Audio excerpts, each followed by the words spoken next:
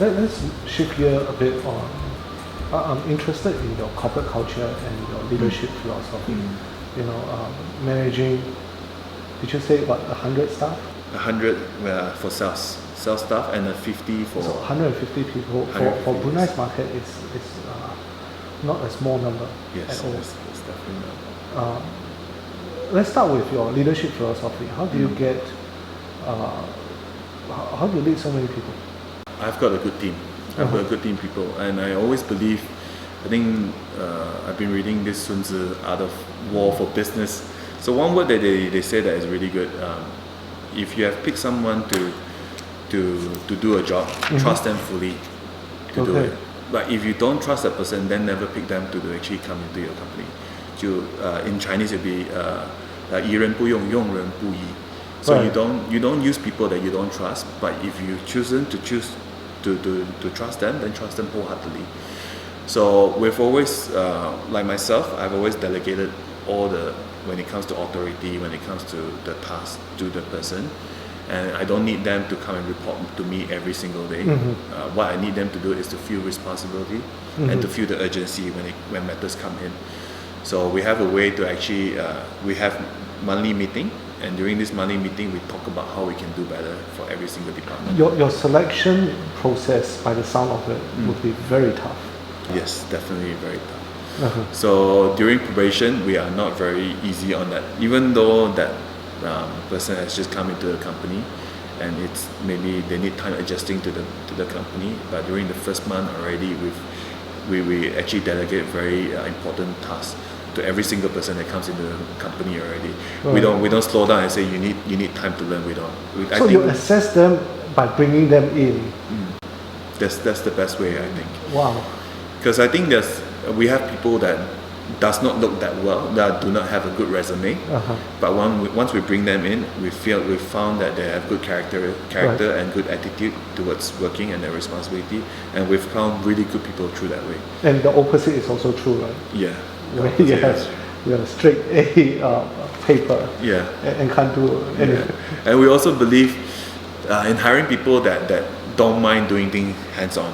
So we have managers in the business that don't mind going down to the field and understanding the job totally, rather than just commanding from upstairs. I think it has to be, every manager should have the willingness to actually go down to the frontliners and understand what their problem is in order to actually come up with better strategies for them. So we like hands-on. Is it counterintuitive towards the Brunei working culture, whereby, in general, Bruneian are afraid to roll their sleeve? They want cushy jobs. Yes. And it seems like that's not a practice in your company. Definitely not. Definitely not. How is it, going against the norm here? Have you been able to convert people that come into your work to be what you want? Yeah. Is it a challenge, or there is a challenge. So we have people come and go in the business. Right. But what we always do is, whenever one person come into the business, we tell them what our vision is, and we tell them what the milestones is for every single position that is. If they say they're here as a collector, we tell them what we want to achieve and what will be the milestone, and every single milestone is celebrated, so that when they do something right, when we achieve our milestones, we really go all and celebrate it. That's the sense of accomplishment when it comes to that employee. Not only monetary, they don't measure in terms of how much work they do, how much return they get.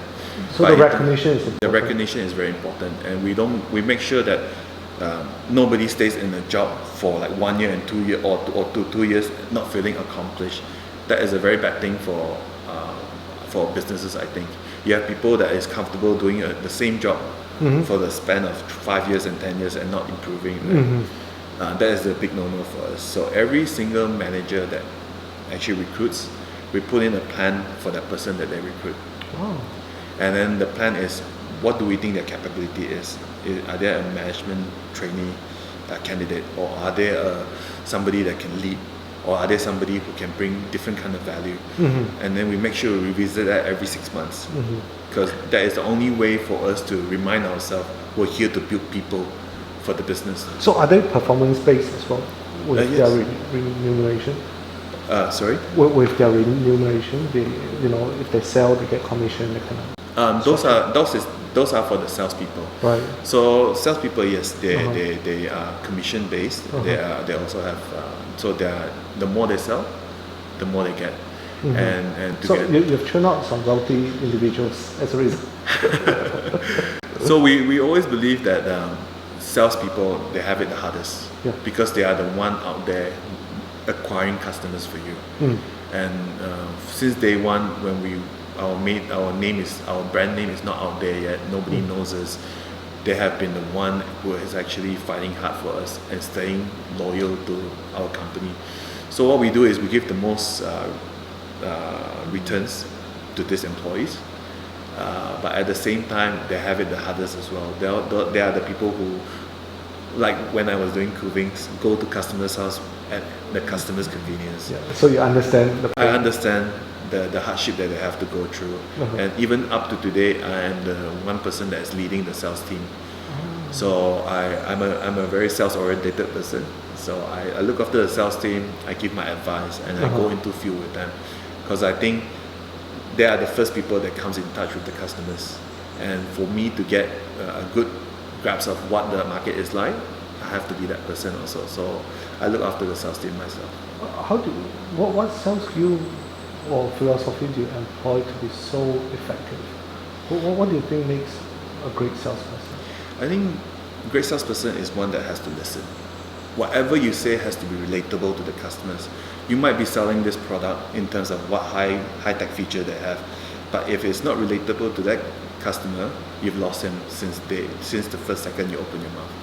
So what you need to do is to make sure you listen to the customers first. We always lead with questions to let the customer be more comfortable in sharing their own experience.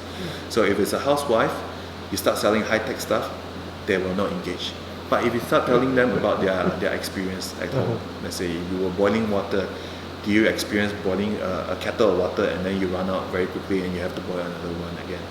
That they feel relatable. Right. And you tell them that this water purifier will give you that convenience where you don't have to be the one, boiling the water. So you're selling solution, not features. Definitely. And every single person that comes to talk to you have their own different separate problems. And our product can be a solution provider for different problems. Uh-huh. But if you don't identify what problem the customer has, you don't listen to them, you don't make your points relatable to them, you can't sell. I don't care what you sell. Of course, there are people that try to sell with price point. That to me is a salesman that can sell today only. Yeah. But if you can sell in terms of providing a solution, that same customer will come back to you over and over again. And that's what I keep telling our salespeople. Uh-huh. You will notice the best salespeople that we have are the ones that are not really that chatty, not really that all out. So great empathy. Yeah, great empathy. They really feel what the customers need before they say anything. I've got salespeople that are really good at leading, really good at selling, and they're very soft-spoken people. And I always think that's. Does it surprise you? It doesn't surprise me because I see the same characteristic and traits in my when I started with my family business. We have good salespeople that don't really chat much, but they always hit the highest sales target for us. So similarly to our sales team that is in Cuckoo right now. It sounds like you have a great system in place to put yourself in this position. Yeah. The training, the reward system, and all the way down to the finance in making sure that you screen people properly. And let's not forget you're a very young company. Yeah, we are. What, 4 years at max? No, we started in 2016, mid 2016. So now it's 2.5, 3 years. Yeah. That's crazy. Wow. How much of I don't know if this is defined as a franchise model, but how much does the principal brand of Cuckoo have in helping your management? The reason I ask this is, you know, a lot of times if we get a franchise, one of the biggest advantage is we also get their experience, their system in place that we can bring over. Is it something that's worthwhile, or should you start on your own? Or which of it is yourself? So for Cuckoo is it has always been a manufacturer distributor kind of value chain supply chain model. So the system is in-house, you all built it out? The system is actually built from Malaysia side first. Right. So they've been very good with this rental model. So we watched, we monitored, we didn't implement everything right away. We studied and then we implemented it by phase. What was good for the Brunei market we took. We did actually change a lot of things in the model itself. Even the HR model is cross-reference. Yeah, cross-reference, and then it's not one-to-one copy. We had to make it localized as well. Right. And we have a blessing from Korea and our Malaysian partners as well. They're saying that they really believe in localizing. Right. And they've given us 100% freedom in that. That's what we really appreciate. For the first year when we started off, there was a lot of help from Malaysia. Right. There was a lot of advice. There was a lot of monitoring, make sure that we do well on our own. So having a good support network is very valuable. Definitely, definitely. And they've been really good help for us. And one thing that we appreciate from them is there was a lot of things that we couldn't figure out ourselves, and they were always there when we needed advice. And they've been there. They've been there. Then, so our success is not only perseverance, but there was a lot of mentorship from Malaysia. So the wisdom is finding the right partner. Definitely finding the right partner. So I think for a lot of distributors in Brunei, you can sense it when a partner is willing to actually be wholly invested in your business, not only in terms of money, but in terms of their team and their support and mentorship and this and that. And it's very important. But yours is one of the rare few that, you know, it sounds like it's going all out to support you. Yes, it's very rare. And one thing is, we also pride ourselves as we are also very willing to listen. Back to that, when you ask about my philosophy about doing businesses, we're not the best people. We're very willing to listen. So out of the few markets that is deployed at the same time as ours, we are the one that is more successful outside of. So proud to hear that. Wow. Mainly because we are willing to listen. Wow. We are willing to learn. We're willing to say that we're not good enough. Jeez. And then because of that, we've been quite successful. The wisdom in humility. It is. It is definitely. That's amazing. Wow.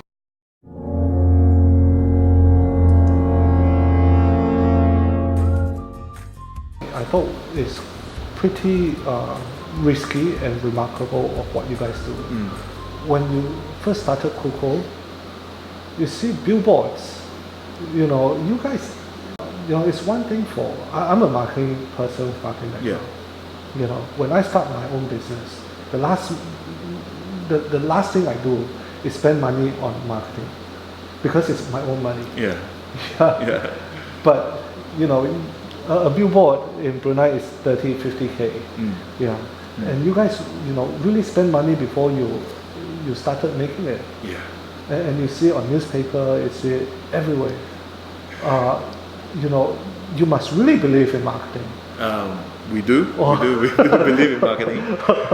But because when you compare Brunei to other countries, right, it's still cheaper. It's still cheaper. But 50K a billboard is correct. We had to make it happen because nobody knew Cuckoo at that time. Yeah. We know that we could go, and then we know how far we wanted to go with this brand. So the first hurdle that we had is to make sure everybody knows what Cuckoo is. So you have to put money where your mouth is. Yes, definitely.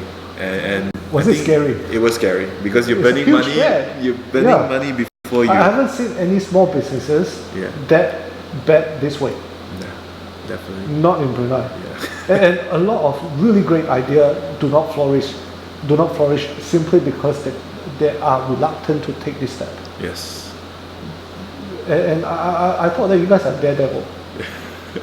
We it's again calculated risk. We have a budget laid out. when we started.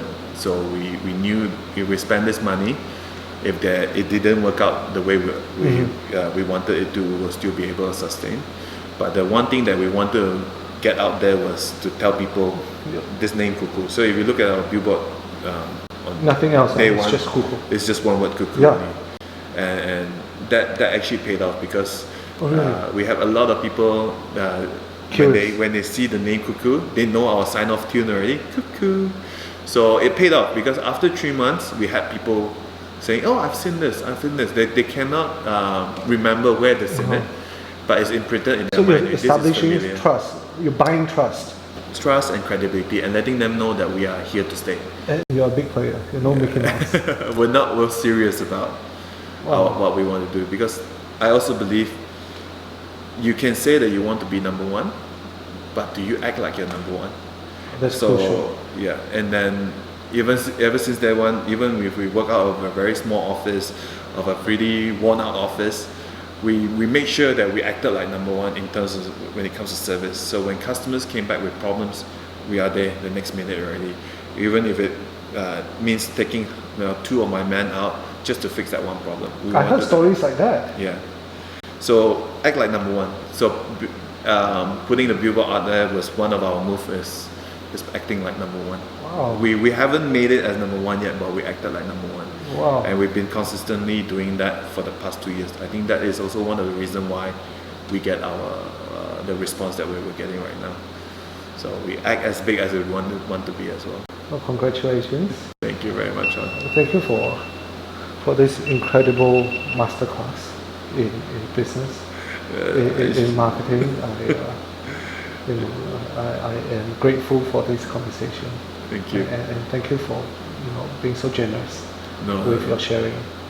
I'm just trying as much as I can to bring value. Whoever listen to this, especially Brunei business people, would be inspired in looking at business from a different angle. Well, I wish you continuous success with even more brands that come in and affect the community positively. Yeah. Thank you, Shaun.